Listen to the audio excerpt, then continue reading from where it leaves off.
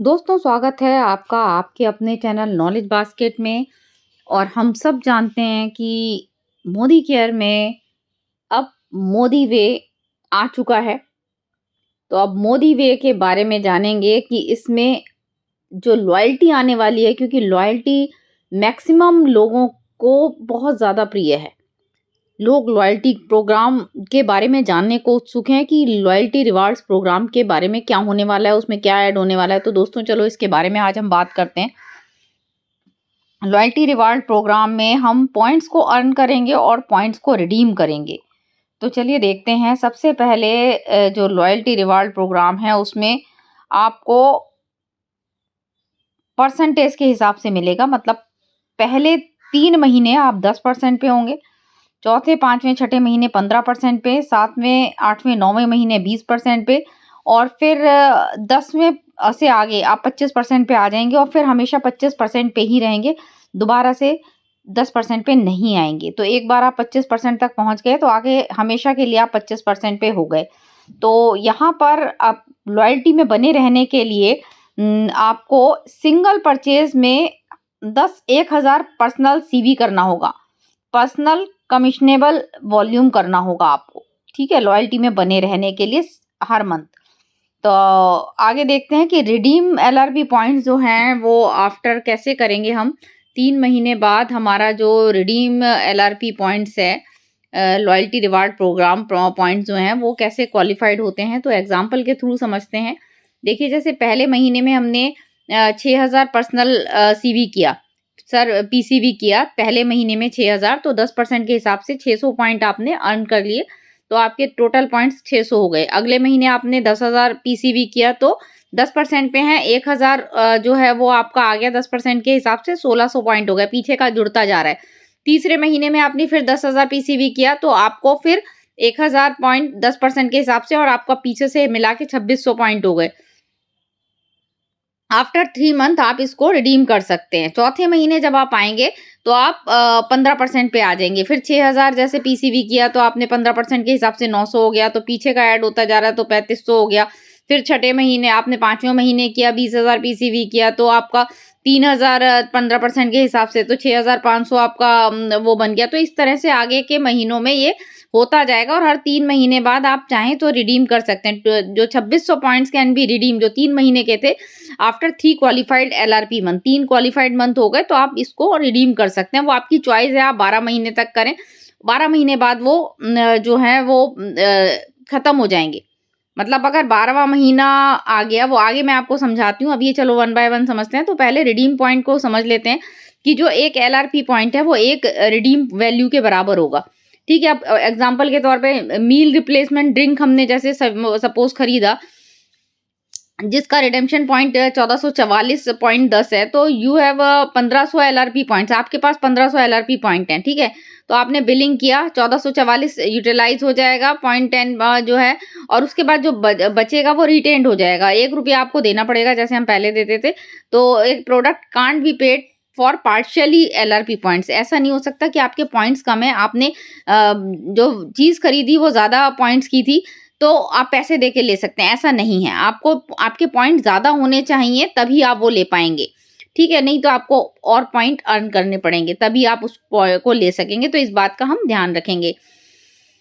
अब इसके बाद आगे चलते हैं कि retain LRP points with minimum 300 PV personal CV single order. मतलब आप देखिए एग्जांपल के तौर पे, जैसे पहले महीने आपने 6,000 का पीसीवी किया, आप 10% पे हैं, 600 पॉइंट आपके बन गए। दूसरे महीने में आपने सिंगल ऑर्डर किया 300 पीसीवी का, ठीक है। तो आपका जो महीना कैलकुलेट नहीं होगा, ये आपका ये दूसरा महीना नहीं माना जाएगा। आप 10% पे ही रहेंगे और पॉइंट आपके कुछ भी नहीं बनेंगे। क्यों? क्योंकि आपने मात्र 300 पीसीवी किया था, जबकि हमें पता है कि एलआरपी लेने के लिए, एलआरपी पॉइंट लेने के लिए आपको मिनिमम 1,000 पीसीवी करना होता है। तो 300 में वो खत्म नहीं होगा, लेकिन वो उसमें कोई एडिंग पॉइंट नहीं जुड़ेंगे। फिर जब तीसरा महीना आएगा, आपने 10,000 पीसीवी किया तो वो 10% पे आपका 1,000 पॉइंट है, वो देखिए पीछे 600 है, दूसरा इस महीने का मिलकर आपका 1,600 हो जाएगा। बीच का महीना खाली हो गया। फिर चौथा महीना जो है वो आपका तीसरा महीना हो जाएगा। तो इस तरह से अगर आप 1000 पीवी नहीं करते तो, लेकिन अगर 300 कर लेते तो आपकी लॉयल्टी जो है कंटिन्यू मानी जाएगी, वो खत्म नहीं होगी, लेकिन वो महीना जो है वो पॉइंट्स में कैलकुलेट नहीं होगा। 1000 PCV in a single invoice is required to earn points, ये याद रखें, इसको ध्यान रखना है। ठीक है, नो, इसीलिए यहाँ पे दूसरे महीने में कुछ नहीं दिया क्योंकि 300 था तो उसको खत्म भी नहीं किया, बट उस महीने कुछ नहीं मिला। अब अगर डिसकंटिन्यू का किस हाल में होगा वो भी देख लीजिए कि आपने जैसे पहले महीने में 6000 पीसीवी किया, ठीक है, आप 10% पे हो, 600 पॉइंट अर्न किए, वो आपके ऐड हो गए। अब दूसरे महीने में आपने भूल गए, आपने 200 पॉइंट वैल्यू ही किया, 200 पीसीवी किया, तो लॉयल्टी डिसकंटिन्यू हो जाएगी क्योंकि आपने मिनिमम क्राइटेरिया 300 नहीं किया। तो वो जब आप तीसरे महीने करेंगे तो वो फिर से पहला महीना हो जाएगा, समझ रहे हो? जब आपने 300 अगर पीसीवी नहीं किया तो लॉयल्टी डिसकंटिन्यू हो जाएगी। अगर 200 किया, 295 किया, 299 किया तो लॉयल्टी डिसकंटिन्यू हो जाएगी और तीसरे महीने फिर आप पहले महीने पे आ जाओगे। तो मिनिमम हमें, अगर हम लॉयल्टी को मेंटेन रखना चाहते हैं तो 300 पीसीवी करना पड़ेगा, तो वो महीना डिसकंटिन्यू होगा नहीं होगा, लेकिन लॉयल्टी डिसकंटिन्यू नहीं होगी, मतलब चलता रहेगा बट वो महीना कैलकुलेट नहीं होगा। ठीक है, अब रिटेन पॉइंट्स फॉर 12 मंथ, अब जैसे यहाँ पे 12 महीने का वो बताया गया कि एक महीने में इतना लिया, दूसरे तीसरे 12 महीने के बाद जब 13वां महीना आएगा तो जो पहला महीना था, क्योंकि वो 12 महीने से बाहर निकल गया तो वो माइनस हो जाएगा।